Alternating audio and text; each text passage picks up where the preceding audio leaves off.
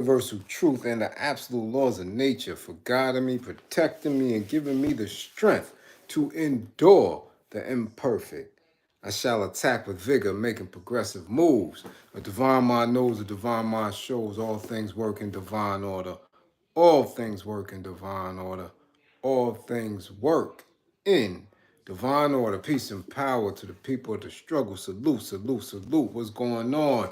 It is Saturday night. It is Saturday night book club. It is Saturday night book club. Oh, yes, it is. Time to get out of this chapter. We are still right here. As I told you, this was going to be a very extensive read, a very invigorating read, a very encouraging read, enlightening read. You dig? And this is something that is essential to anyone taking on the path to liberation. It is what it is. Without it, and we call this the map, right? This is a map. So again, welcome to Saturday Night Book Club. It's chilly. I know it's chilly, but get up, stretch, get your stretch on, get your stretch on, all right? Get your stretch on, get your brain engaged, all right? We're getting ready to close out this chapter concerning violence, all right? We're getting ready to put everything into perspective, right? As always, I encourage you to go back whenever you have the time. Go over some of these builds. Go over when you're feeling as if you need to be encouraged. You're feeling, you're slipping in your discipline and you're feeling down, right? A lot of that is not feeling down. A lot of that is really being exhausted. You're exhausted dealing with the mental, physical, spiritual, emotional attacks that are consistently present when you are an oppressed class. You dig what I'm on? You dig what I'm saying? You understand? You dig what I'm saying? Do you understand? So that's what it is. You are re-energizing yourself, and at that time, you need that little kick. So go back. Go back to the book clubs. Right? Listen.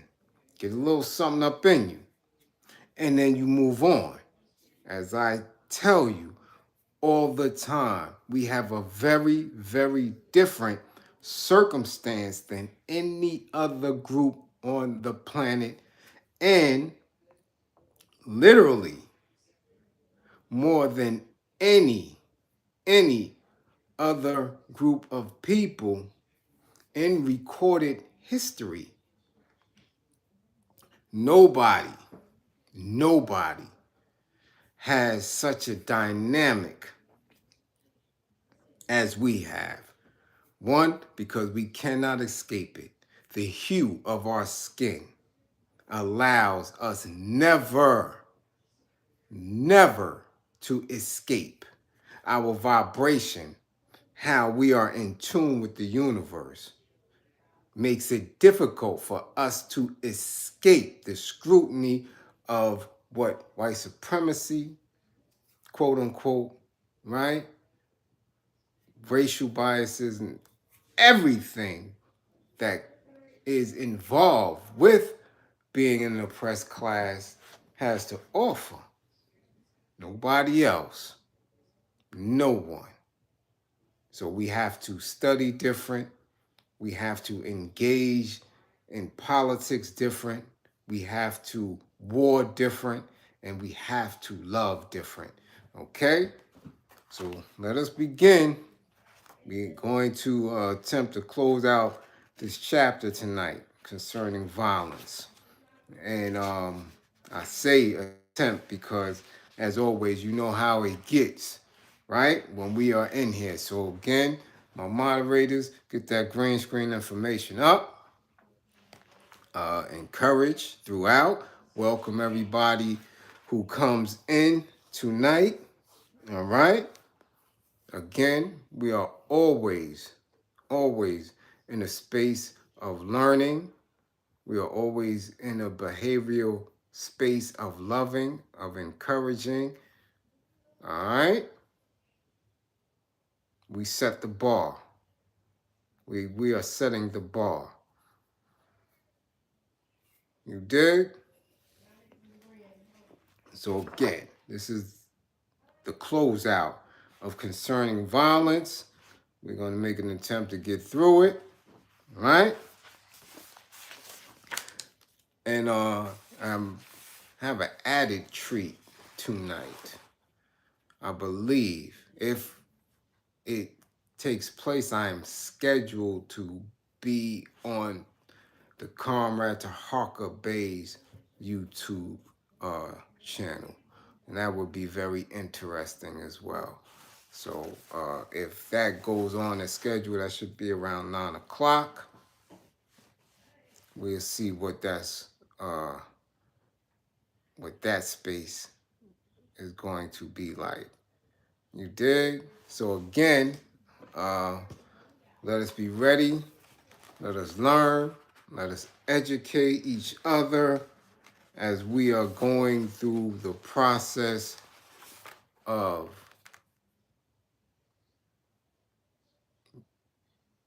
book club. All right, let's get it. Page 95. Violence in the international context. All right? As we have just seen, as we have just witnessed this week with that quote-unquote swap. All right? Yes.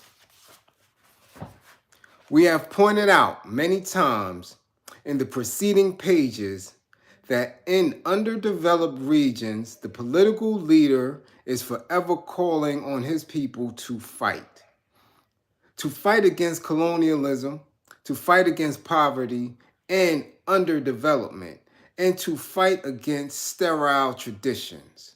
The vocabulary which he uses in his appeals is that of a chief of staff, mass mobilization, agricultural front, fight against illiteracy, defeats we have undergone, victories won. The young independent nation evolves during the first years in an atmosphere of the battlefield. For the political leader of an undeveloped country looks fearfully at the huge distance his country will have to cover. He calls to the people and says to them, "Let us gird up our loins and set to work."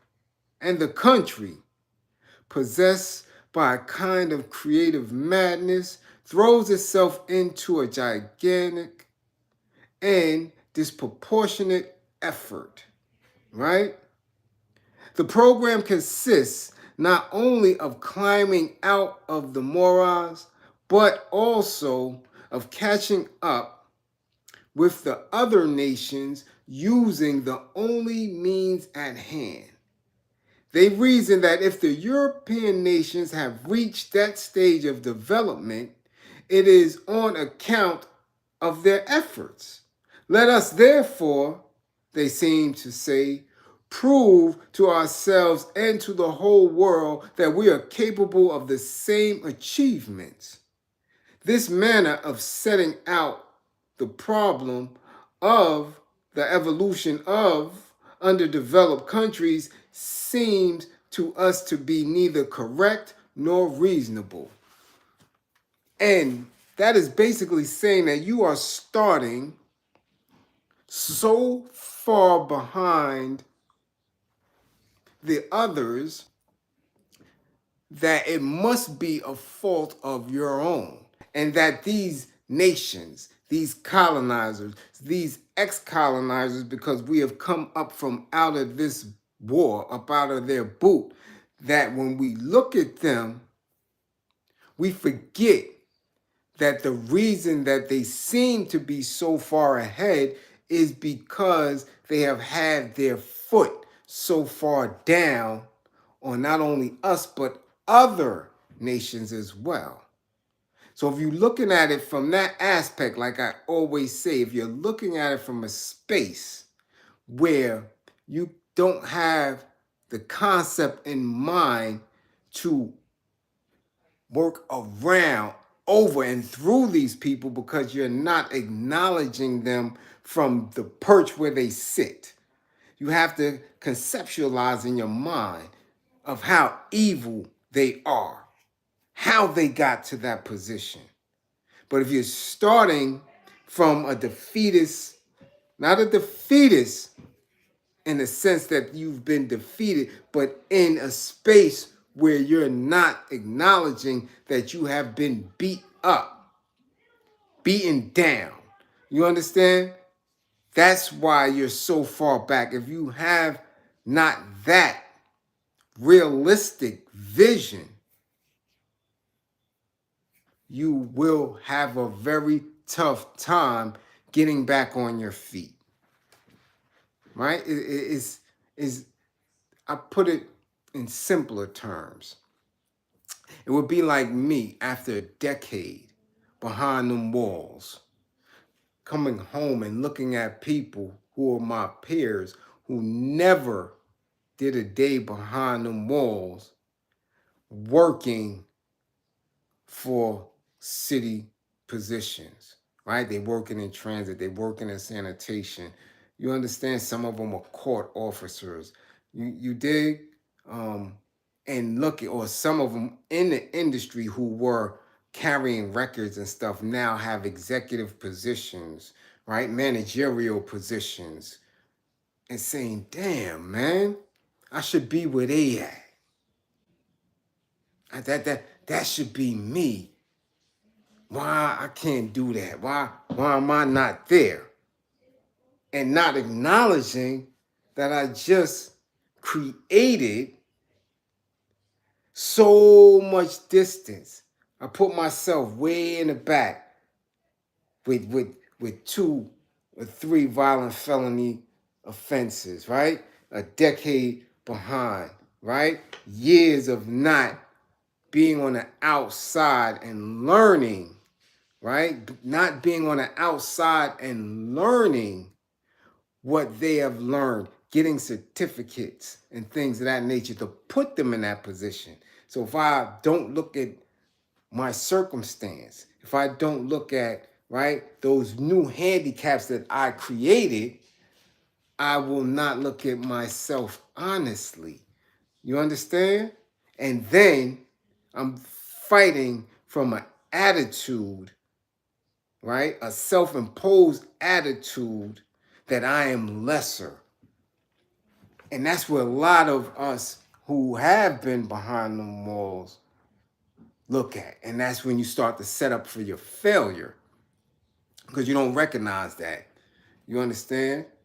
I had to recognize that in that space, in that decade that I read so much, right? Over and over about everything and everyone, that I was actually ahead of the game coming out of the door because I was not, right, bound by certain laws, bound by specific contracts, bound, right, by a different set of rules. You understand? So instead of whining and crying, I got the billboard, right? Nah, don't send me sneakers. No. I don't need those tapes. I need that $400 a year subscription to Billboard magazine. This way, instead of just reading the charts, I'm reading the articles. Instead of just looking at who went platinum, I'm understanding the point structures, what's going on, who sued who, what is going on as far as mergers and consolidations. So now when I'm back on the set, even though you were a manager here for this group and that group, even though you're sitting behind a desk here and there, I'm coming out and I know more than you. Because as you went to the Billboard Awards, I read everything that Billboard had from front to back. So it's a different gaze. You have to have your own perch created through your resource, your intellectual resource, and you view yourself differently. But when you're in a war, when you have been beaten down, when you have been in an oppressed class and you come up out of that, it is an error for the leadership to speak to their masses of people who are now free to do what needs to be done, to say that we have to play catch up with the world. So that's what this paragraph is stating, right? There's no catch up, right? There's no looking at them as being better or greater than because they have more. The only reason why they have more and have developed and have technology here and there to do is because they oppressed you, right? The European states achieved national unity at a moment when the national middle classes had concentrated most of their wealth in their hands. Shopkeepers and artisans, clerks and bankers monopolized finance, trade, and science in the national framework. The middle class was the most dynamic and prosperous of all classes. Its coming to power enabled it to undertake certain very important speculations, industrialization, the development of communications, and soon the search for outlets overseas. In Europe, apart from certain slight differences, England, for example, was some way ahead.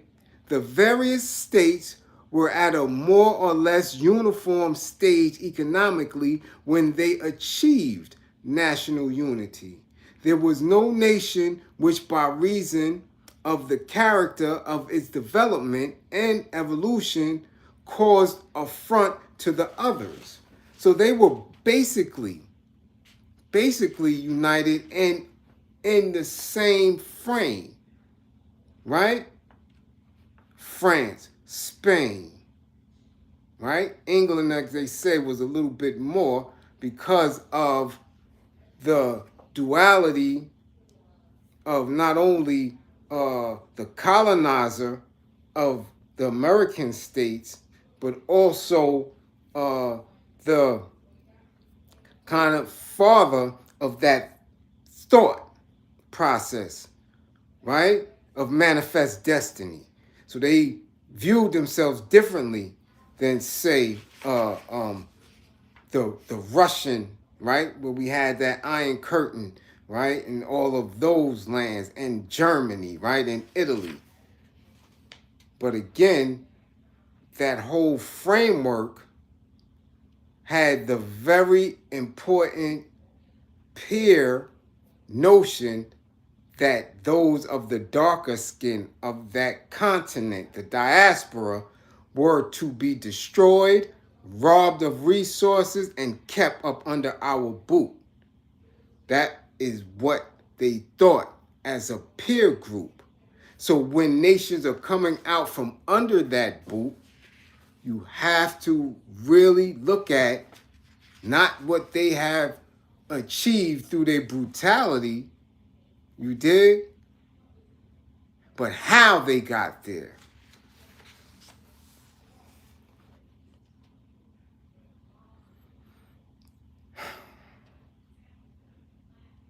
Today, national independence and the growth of national feeling in undeveloped regions take on totally new aspects.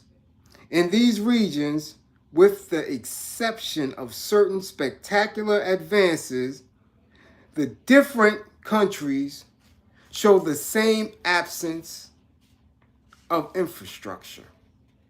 The mass of the people struggle against the same poverty, flounder about making the same gestures, and with their shrunken bellies outline what has been called the geography of hunger.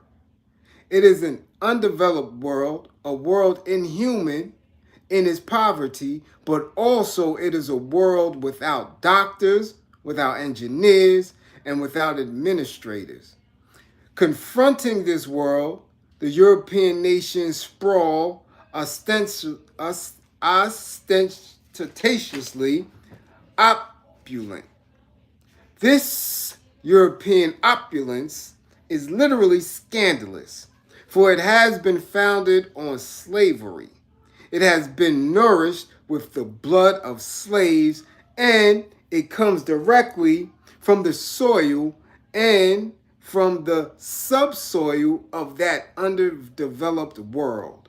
The well being and the progress of Europe has been built up with the sweat and the dead bodies of Negroes, Arabs, Indians, and the yellow races.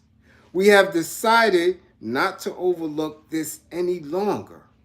When a colonialist country, embarrassed by the claims for independence made by a colony, proclaims to the nationalist leaders, if you wish for independence, take it and go back to the Middle Ages. All right? This newly independent people tend to acquiesce and to accept the challenge. In fact, you may see colonialism withdrawing its capital and its technicians and setting up around the young state the apparatus of economic pressure. All right? Look at Haiti. Look at Haiti, which is continuously under that economic pressure. Look at Cuba, right? Look at Venezuela for many years. Look at Angola, Zimbabwe, right? Look at that. You have to study this because the dynamics have not changed. Us as a people, as humans, have grown or regressed technologically, but socially, how we are governed, those things remain. Your black ass is viewed as a slave as long as you don't fight back to change that dynamic. The minute they view you as a respected warrior, that has to shift. Then they just view you as an enemy. But as long as you are underdeveloped, as long as you believe that you have to acknowledge them in your quest for liberation, you're just a slave, all right? And they press you, okay? So there's a footnote, right? In the present international context, capitalism does not merely operate an economic blockade against Africa or Asiatic colonies. The United States, with its anti-Castro operations, is opening a new chapter in the long story of man's toiling advance towards freedom. Latin America, made up of new independent countries which sit at the United Nations and raise the wind there, ought to be, right, an object lesson for Africa. These former colonies, since their liberation, have suffered the brazen-faced rule of Western capitalism in terror and destitution. All right? Listen, now this is old text. And if it's resonating with you, it is because we're going through the very exact same thing. Only thing that changes is instead of natural resources, gross national products, we're dealing with it in a space of technology, right? That still has European hands leading the game, which is why they're making sure that they keep TikTok up out of the hands, right, of us. This is why they're starting to ban it. Because if you get wise to it and start doing different searches on it, stop shaking your ass and dancing, you will see information. You will receive information that you can be utilized to awaken some of this shit in the subconscious that's teaching you to fight. Get it? That is why we go back to some of these old texts. That is why I shift. This is usually like the 9th or 10th book of Book Club. I had to push it all the way up to 2 because of where we're at right now. I have to kind of back and forth it. I don't want us to get stuck in a space where we are only dealing with politics, the fabled personalities. You understand? We have to be able to look at people who fought and won. All right? Study, research. Peace and power, Rebel. Much love for the super chat. Again, let us get the green screen up to make sure that we are not, giving resource to our enemies. Salute, much appreciated. All right? Let's continue. The liberation of Africa and the growth of consciousness among mankind have made it possible for the Latin American peoples to break with the old merry-go-round of dictatorships where each succeeding regime exactly resembled the preceding one. Castro took over power in Cuba and gave it to the people. This heresy is felt, right? Is felt to be a national scourge by the Yankees. And the United States now organizes counter-revolutionary brigades, puts together a provisional government, burns the sugarcane crops, and generally has decided to strangle the Cuban people mercilessly. But this will be difficult. The people of Cuba will suffer, but they will conquer. The Brazilian president, Janio Quadros, has just announced in a declaration of historic importance that his country will defend the Cuban Revolution by all means. Perhaps even the United States may draw back when faced with the declared will of the peoples. When that day comes, we'll hang out the flags, for it will be a decisive moment for the men and women of the whole world.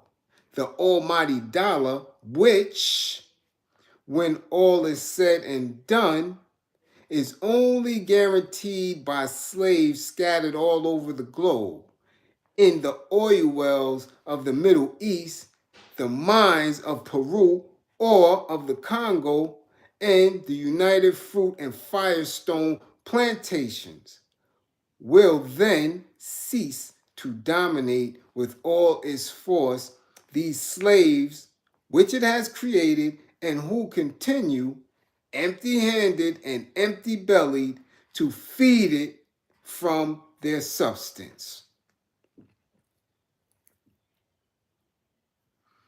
All right? So when you're seeing this, and I told you, the original copyright, 1961, Cuban Revolution is still thriving to this day. Revolutionary Shout out to Asada Shakur. To this day, 1961, we speaking on the Cuban Revolution. You understand? We're in 2022, a few weeks away from 2023. Count if you must. A proud people who have been under, right, what they say, economic pressure. Huh? 7 decades almost. And they are able to do that because they have a vision in their minds and a vibration in their hearts, not to rely on the European for anything. As long as we continue to do here, as long as we continue to yearn to be at their tables, the more we want to be involved in their voting processes, the more that we beg for reparations and give them a sense of pride, the more you will never have shit.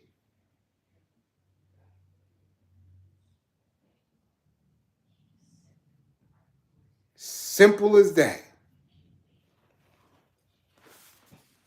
Okay? Okay? You have to envision a life without their interference. Never should they have a deciding hand when it comes to your potential to be a greater individual or us as a greater people. They're not needed.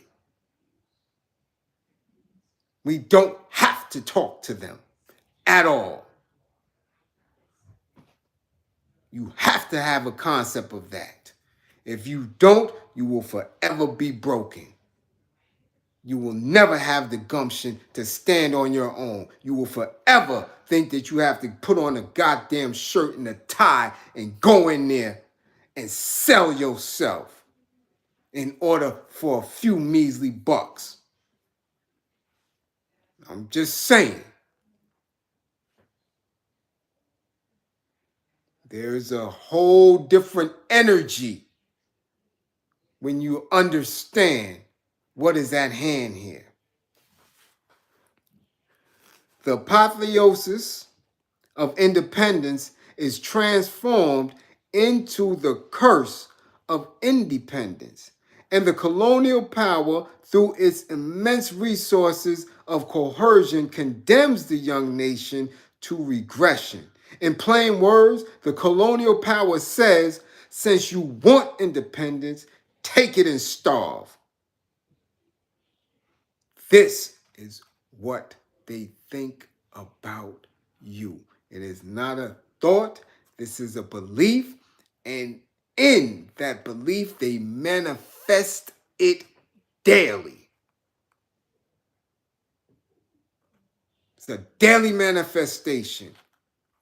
Nigga, you ain't getting reparations. We don't care, nigga. You say that's a little black boy. We say it's a girl. Put him in a dress.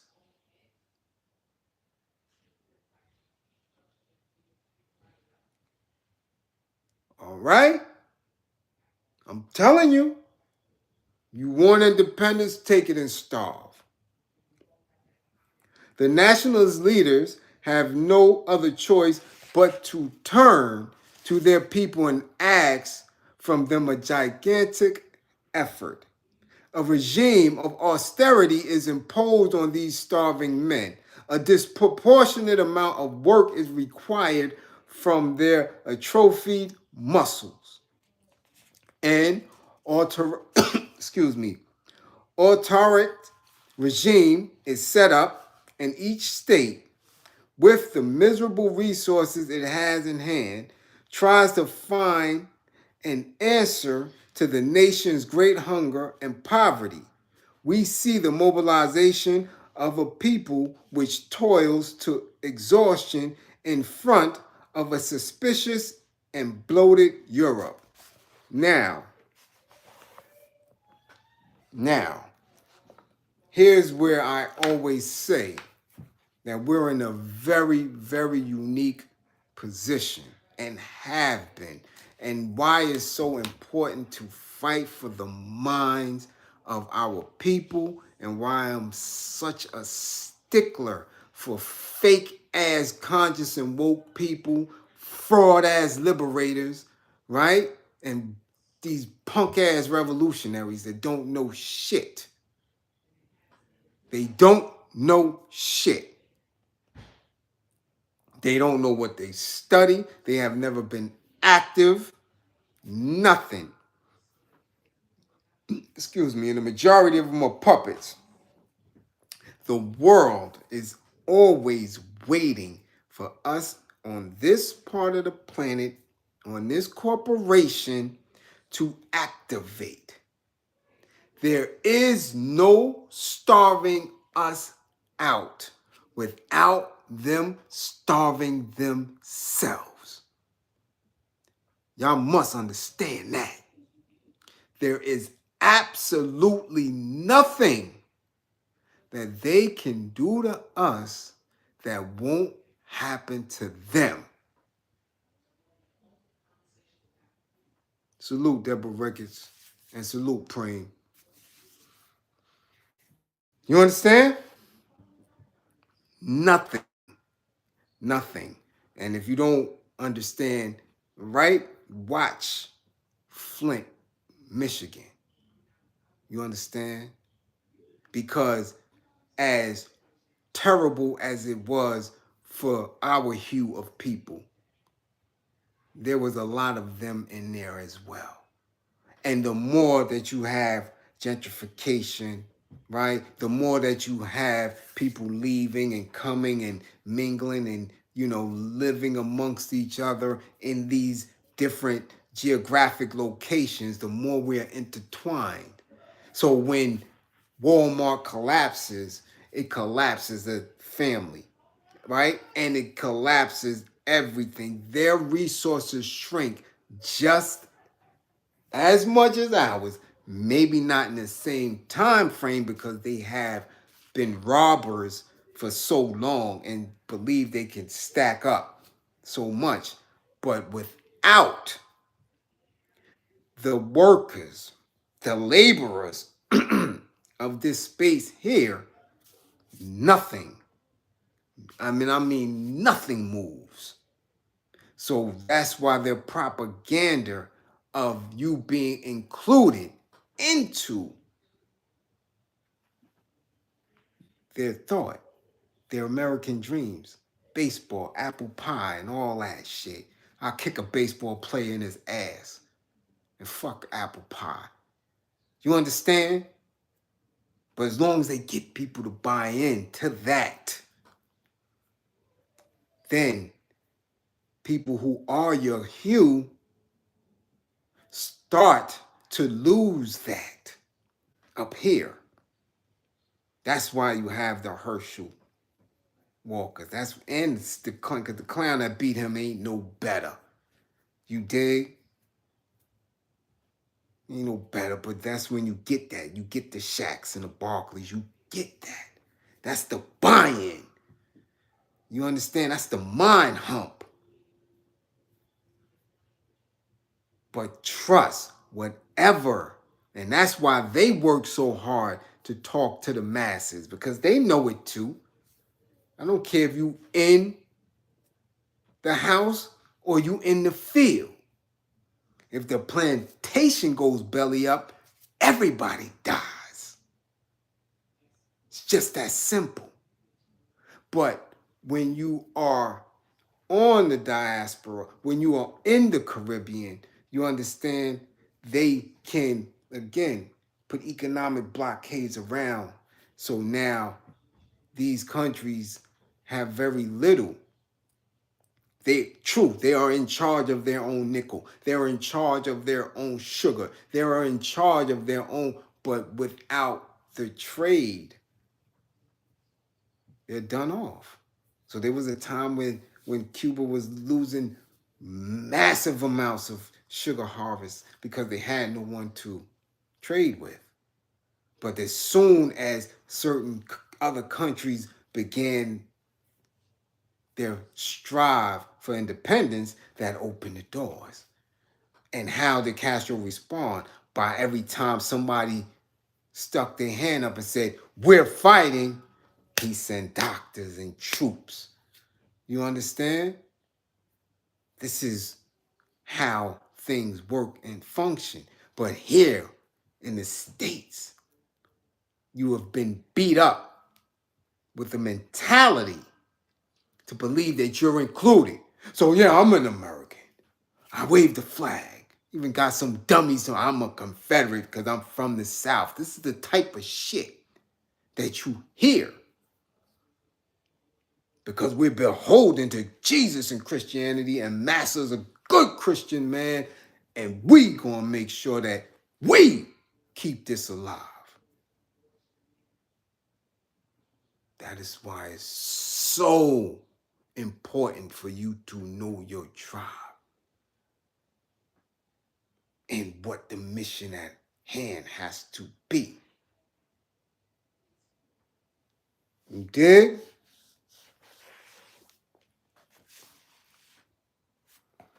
Other countries of the third world refuse to undergo this ordeal and agree to get over it by accepting the conditions of their former guardian power.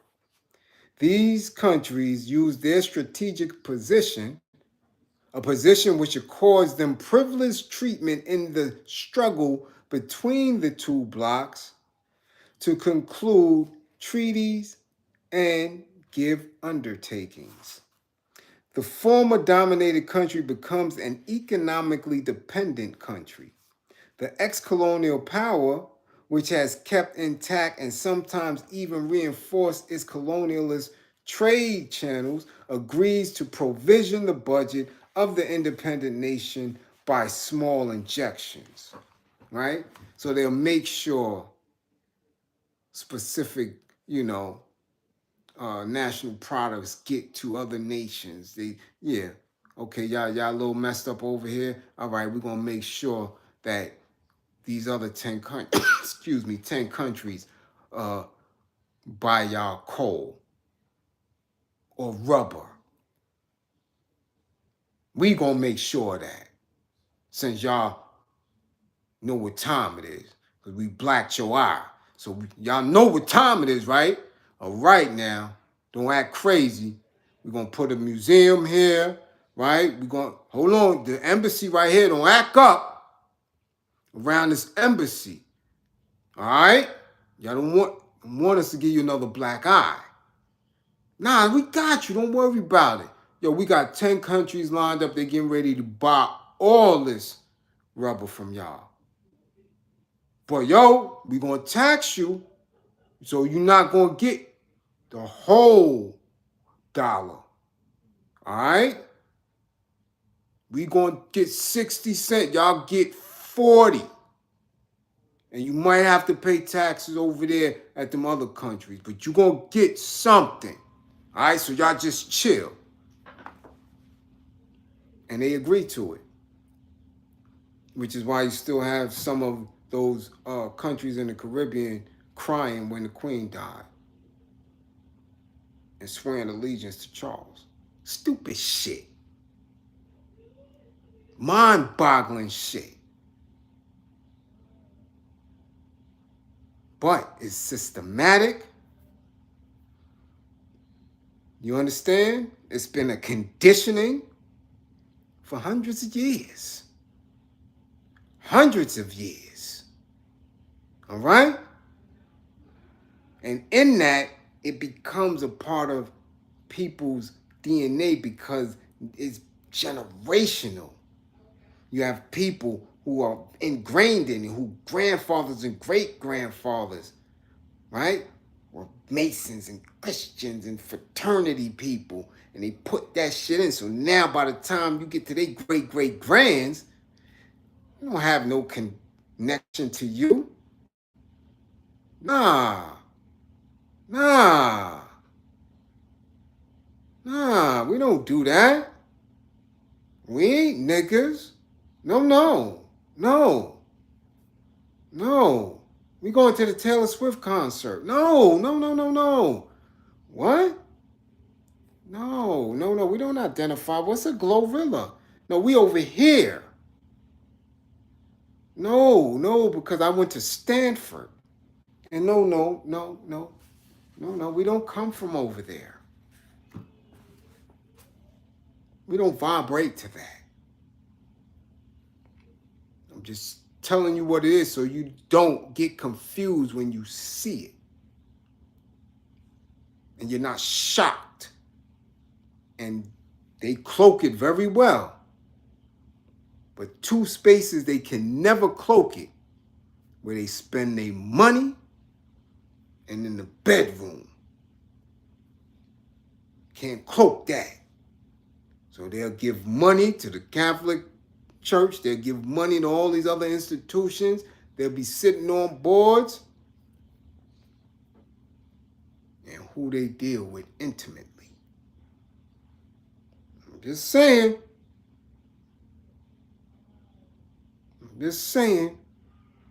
Every one that's this ain't that. And they'll serve your ass up and they'll sit on the damn jury and guilty. Give your black ass the death penalty for something as simple as saying you ain't rocking with that flag. Oh yeah. I'm telling you. Y'all don't know. They got these little microaggressions and attacks that y'all feel at work, in school, in the stores, on the highways, all that. They don't like the energy from your black ass. Understand it.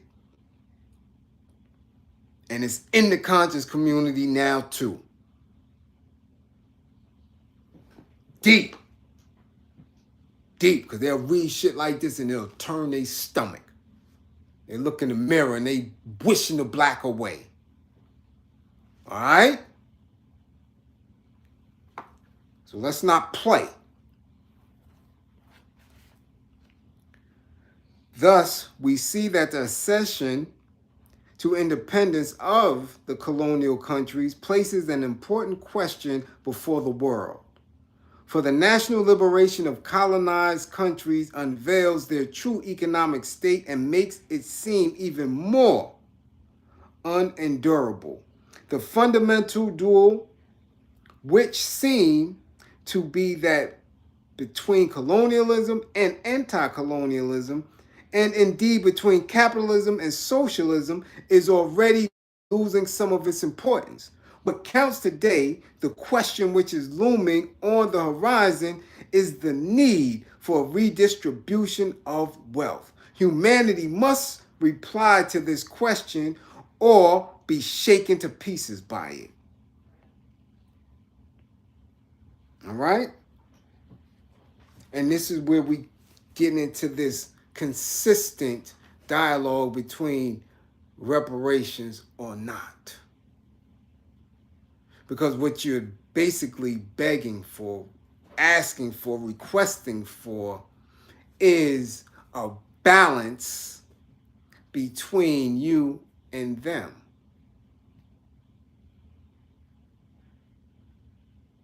And should it be something that is given or should you take it?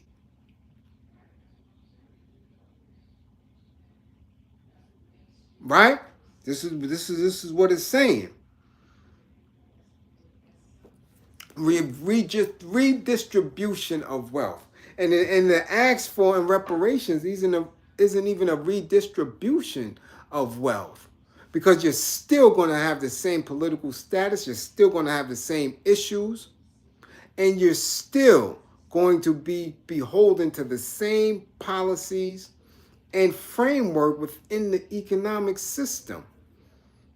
It's not going to do anything but be reinvigorated into what they're going through now. Financial confusion. Because they're not trying to redistribute the wealth. What they're doing, right, is finding another way to steal some of the resources without collapsing the whole institution. And trust, reparations is going to collapse that institution because they damn sure not going to give your black ass reparations without giving it to the poor whites. Not going to happen.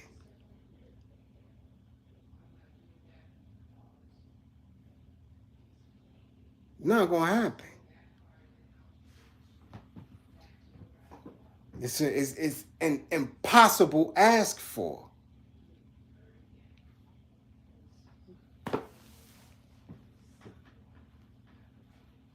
You dig?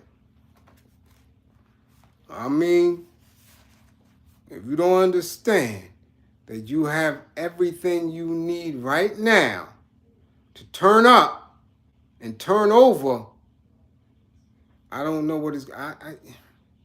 Because trust and believe, you give reparations, you won't get a nigga to fight for shit. That's it. Ball game over. There will be absolutely no struggle, no revolution. That does not continue. It's a done deal. It's a wrap. Give them just the thought of having a cushion and see what happens. There will be no consciousness, no wokeness. If our numbers are small now, they'll shrink tenfold when you give the unconscious a little bit of breathing room from the hands of massa. Oh, that's it. That's it. It's done. I don't know. I don't know what people thinking. Ask them. Just ask them. All you gotta do is ask them.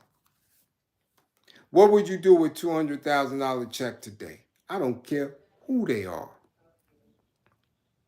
What they've been beefing about. They spending that money quick. That's it. They spending that. They ain't talking about nation building. No. They're not thinking about none of it. This, all that go out the window. We ain't talking about that. Nah. Gonna get that Range Rover. Oh, no, in that condo. Oh, no, I'm with that house. You think about that. That's it. Done. And in 6 months, what you have now, right, just established is another level and another layer for another 100 years of European domination. That's it. That's you scrape that. So if they were smart, they would do it. But they're fearful of the infighting among themselves. That's why January 6th is so important. That is why you watching how they deal with all that. Because they know they got to smash their own insurrection in order to prevent us from getting ours active. I'm just saying. So keep talking about and watching and listening to all these dummies as if they know what the hell they talking about. They study the wrong shit and they suck each other's scrotum to keep the distance between us and them in the front of the masses. I'm telling you, it might have been genuinely thought that the time had come for the world, and particularly for the third world, to choose between the capitalist and socialist systems. The underdeveloped countries, which have used the fierce competition which exists between the two systems in order to assure the triumph of their struggle for national liberation, should, however, refuse to become a factor in that competition. The third world ought not to be content to define itself in the terms of values which have preceded it. On the contrary, the underdeveloped countries ought to do their utmost to find their own particular values and methods and a style which shall be particular to them.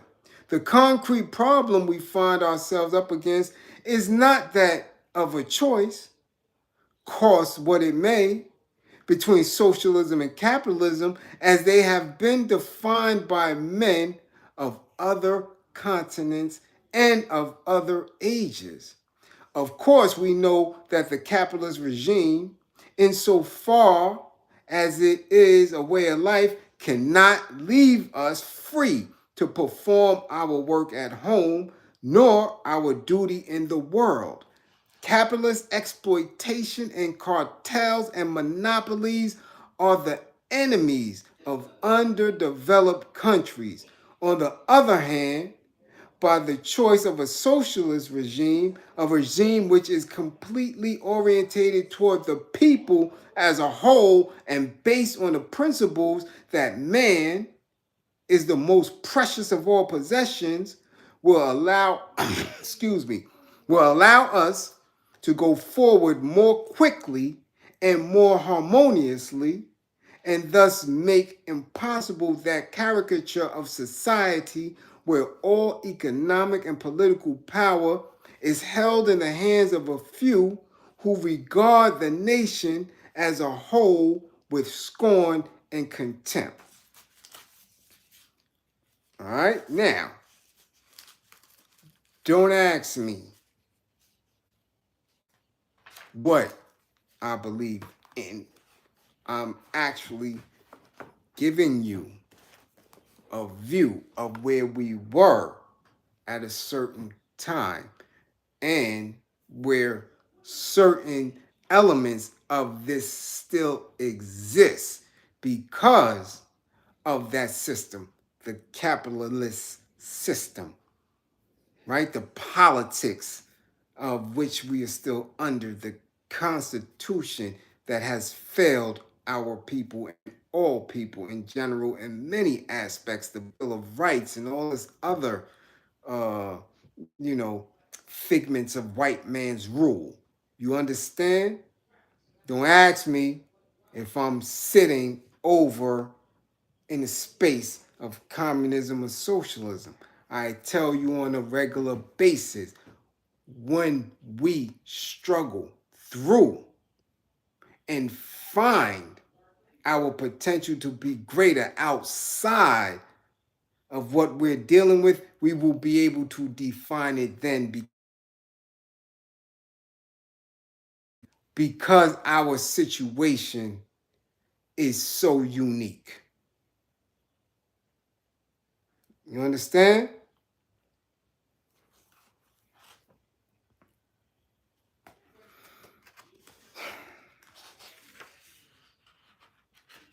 And again, as I said, I knew I wasn't going to get through this chapter. I just knew it. I just knew it. There's a lot more. And, it is triggering. It is triggering, it is enlightening, and it is engaging. But as I said, I have a lot to do. A lot to do tonight. I'm being called and I can't front. I'm being called for numerous things, right? And the green screen needs to pop. Has been popping, so I gotta work. I got to, because there's certain commitments. You dig? Certain commitments, but that's where we're at. We're at 99, right? And we're on the second paragraph. You dig? And we're on the second paragraph, and when it comes to book club, when it comes to engaging thought, I could do it all day. If I had the resource and the means to, because it just gives me such a thrill. Because I've never been, well, I have, but I haven't been in a space like this in such a long time. I haven't been in a space like this in such a long time since uh uh again sitting at the feet, right, of Dr. Clark and Dr. Leonard Jeffries and them running around Harlem and having, these little closed door uh uh dialogues. Dialogues, like just sitting there and I'm absorbing and then Daruba will come through and you just seeing all these giants on one stage, and it might be in a church, or it might be in an elementary school closed off on a Saturday, and we just in there and I'm listening to them and just absorbing everything and saying, damn, how do we move on this? How do we move on it? So I haven't been in that space in a minute, only to come home to,